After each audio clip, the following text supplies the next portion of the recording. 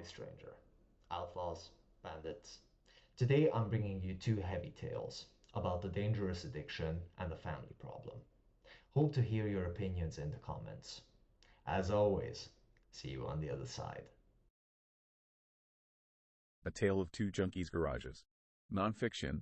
To the northeast of my childhood home, a home where me and my brother opened our N64. That was a long time ago. It's 2019 now. We don't skateboard anymore or play any games. We do heroin. It's May 2019, and it's getting hotter and hotter here in Riverside. Thus, a gathering place for every type of drug addict my best friend's garage was. Heroin? Yes. Meth? Vodka. You got it. It was an oasis of sorts. It was a place to come and hide from your shame and buy and do drugs.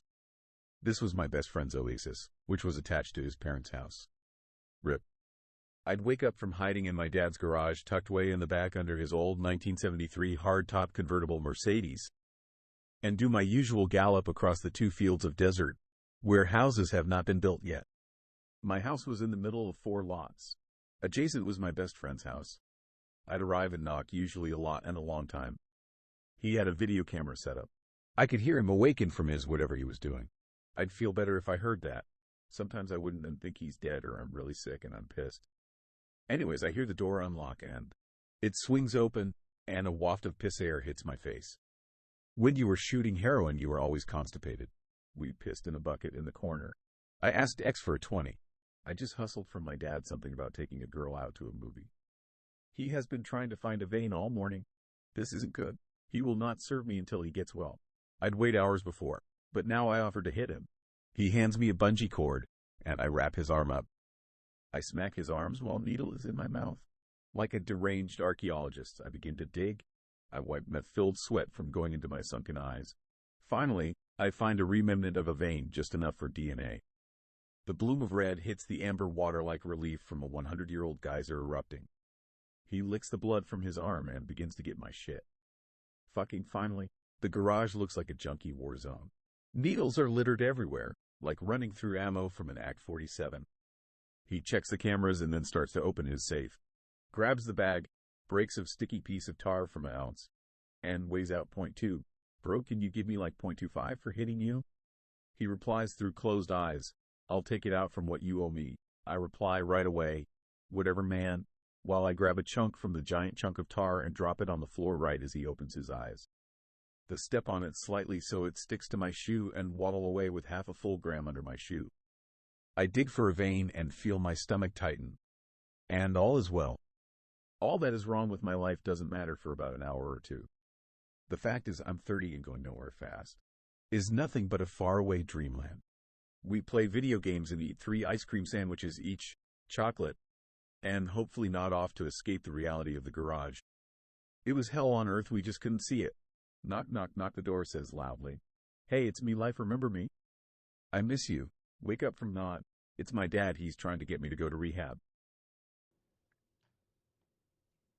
Well, stranger, this was a heavy story to start off today's episode. I gotta congratulate you first and foremost for surviving all those bad habits. Heroin is not something that should be taken lightly. And I would like to speak to the audience as well.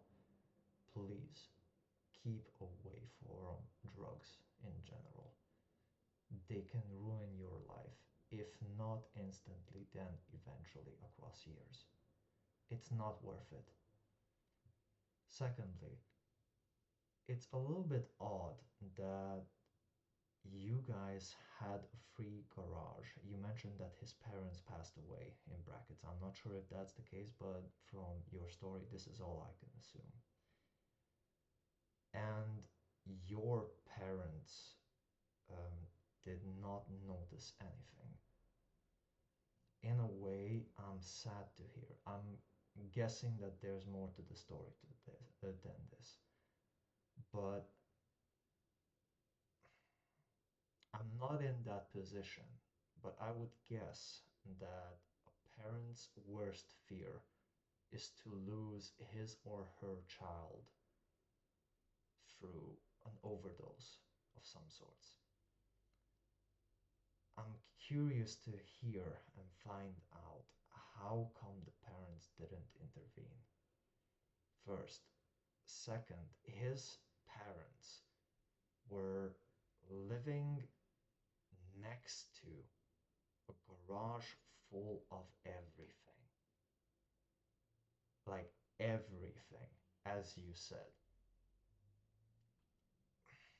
I'm not saying to call the police, but at that point, something is very wrong. Again, I congratulate you for even being here. And the fact that your dad is trying to get you into rehab, don't even second guess. Go into rehab. Like, don't toy around with what little time you have on this planet. We don't know if the Indians were right and we are going to get reincarnated, or we only get one shot on this earth. Regardless, don't waste it away like this. Life is such a beauty. You just need to look around and see that it's worth living. Again, I'm just a guy on the internet with a mask. Who am I to say anything? I would once again like to speak with the audience directly. Please try to keep yourself away from drugs. You never know when it's gonna ruin your life. I think I cost my brother his job, and I didn't mean it. Venting. My brother is 39 years old and was diagnosed with schizophrenia since 19. He works with my dad part-time in contracting for many years. My boyfriend and I have been together 3 years, and I recently asked my father to help us with a project because we have a business and were hired to sheet rock and complete an attic. I needed my father's help to do the taping as he's been doing this his whole life, and I didn't want to hire a stranger. I don't think my brother likes my boyfriend, and I think that's part of the problem. My boyfriend and I have a little bit of a toxic relationship pertaining to my mood swings and depression. And sometimes we get fights and hit each other, but that's besides the point. Other than that, he's the best man I've ever been with. Sounds weird, I know. During this project, I got to spend time with my father that I never really got to. He recently had a stroke and had a stent put in. Who knows how much time he has left? But this is the first time I've really worked with my father hands-on, and I think he sees how me and my boyfriend work together and sees how good of a job we do. My father seems in such good spirits. Every time I show up, even my boyfriend said, "Your father is so happy to see you every day." I never expected my father to then tell me that he doesn't want to work with my brother anymore, because he just stands around and smokes his vape and really doesn't do much. I attribute a lot of this to the medication that he's on, including lithium, making him somewhat lethargic.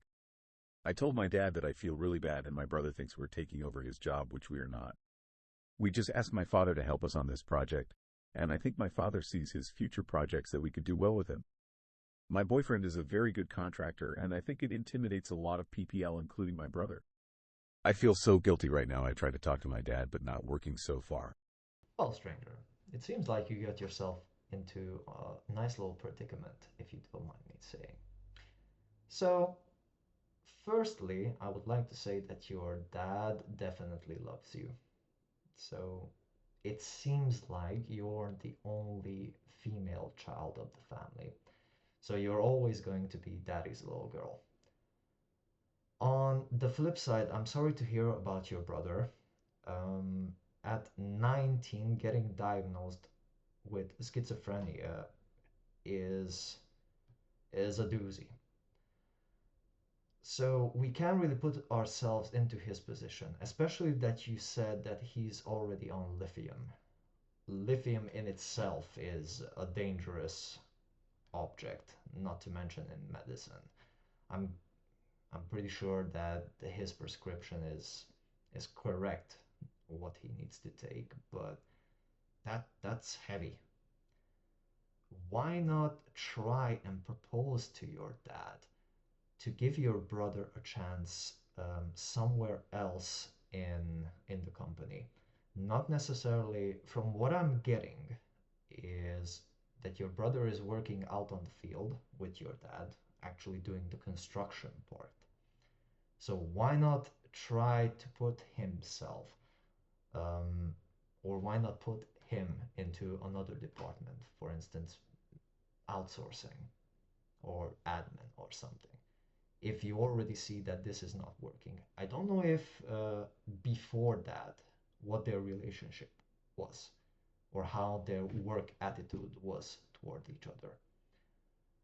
But currently, you see that it's not working. So try approaching the situation from another perspective. Like A, get him another job in another department, or B, move him out or get him another job. I know it sounds harsh, but it's either one or the other, or the third option, which is their relationship will completely sour. So I'm guessing that's not really what you want. On the relationship side, you say that you're completely head over heels for your boyfriend.